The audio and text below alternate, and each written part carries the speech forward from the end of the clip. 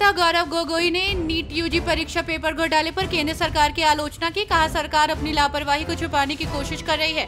वहीं supreme court ने भी इस पर संज्ञान लिया है और कांग्रेस पार्टी और भारत गठबंधन 24 लाख बच्चों के भविष्य को बर्बाद नहीं होने देगा। लोकसभा अध्यक्ष के चुनाव को लेकर राजनीतिक हलचल बनी हुई है। माना जा रहा है कि टीडीपी स्पीकर का पद चाहता है। एनडीए में शामिल जेडीयू ने स्पीकर के लिए बीजेपी उम्मीदवार का समर्थन किया है, तो वहीं शिवसेना नेता संजय राउत ने टीडीपी को स्पीकर पद के लिए समर्थन देने की बात कही है। National eligibility cum entrance test में हुई कई गंभीर गड़बड़ियों और देश भर में प्रदर्शन के बीच नेशनल टेस्टिंग एजेंसी ही नहीं, देश में प्री मेडिकल एंट्रेंस परीक्षा के सिस्टम पर भी बड़े सवाल खड़े हुए हैं। इस बीच कांग्रेस नेता पवन खेड़ा ने कहा कि हम इंतजार कर रहे हैं कि सरकार का दिल कब पिघलेगा और उन्हें कब समझ आएगा कि ये परीक्षा गलत है। 24 लाख बच्चों और भारत की स्वास्थ्य सेवाओं के साथ अन्याय हुआ है। लोकसभा चुनाव के नतीजों के बाद महाराष्ट्र की सियासत में अटकलों का दौर जारी है। लोकसभा चुनाव में बीजेपी और महागठबंधन की पार्टियों का प्रदर्शन बहुत अच्छा नहीं रहा।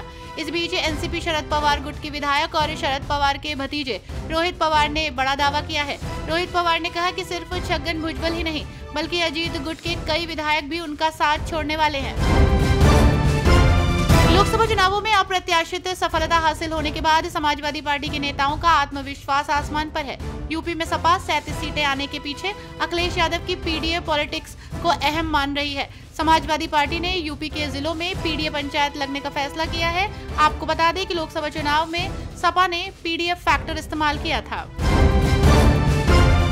लोकसभा चुनाव में शानदार जीत हासिल करने के बाद सपा अब बागी विधायकों से हिसाब चुकाएगी। आपको बता दें कि राज्यसभा चुनाव में क्रॉस वोटिंग करने और लोकसभा में पार्टी के खिलाफ प्रचार करने वाले विधायकों की दल बदल कानून के तहत सदस्यता रद्द करने के लिए पार्टी जल्द ही विधानसभा अध्यक्ष को चिट्ठी लिखेगी और अगले महीने होने वाले विधानमंडल के मानसून सत्र के पहले या सत्र के दौरान पार्टी ये प्रक्रिया आगे बढ़ा सकती है।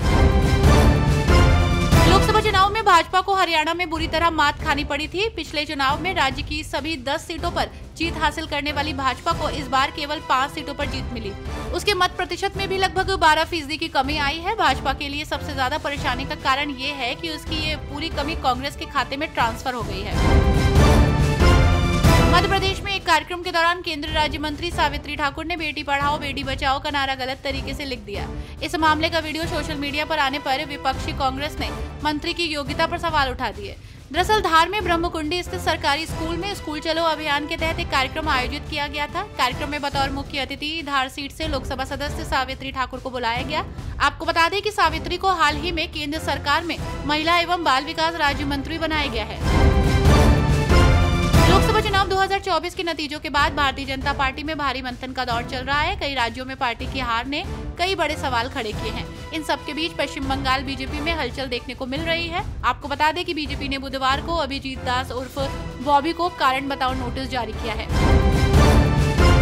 देश में एटीएम की किल्लत हो गई है, इसे लेकर सभी बैंक परेशान हैं। बैंकों ने रिजर्व बैंक ऑफ इंडिया और केंद्र सरकार के समक्ष ये मसला उठाया है, जिसको लेकर बैंकों का कहना है कि उन्हें इन मशीनों को हासिल करने में भारी दिक्कतों का सामना करना पड़ रहा है।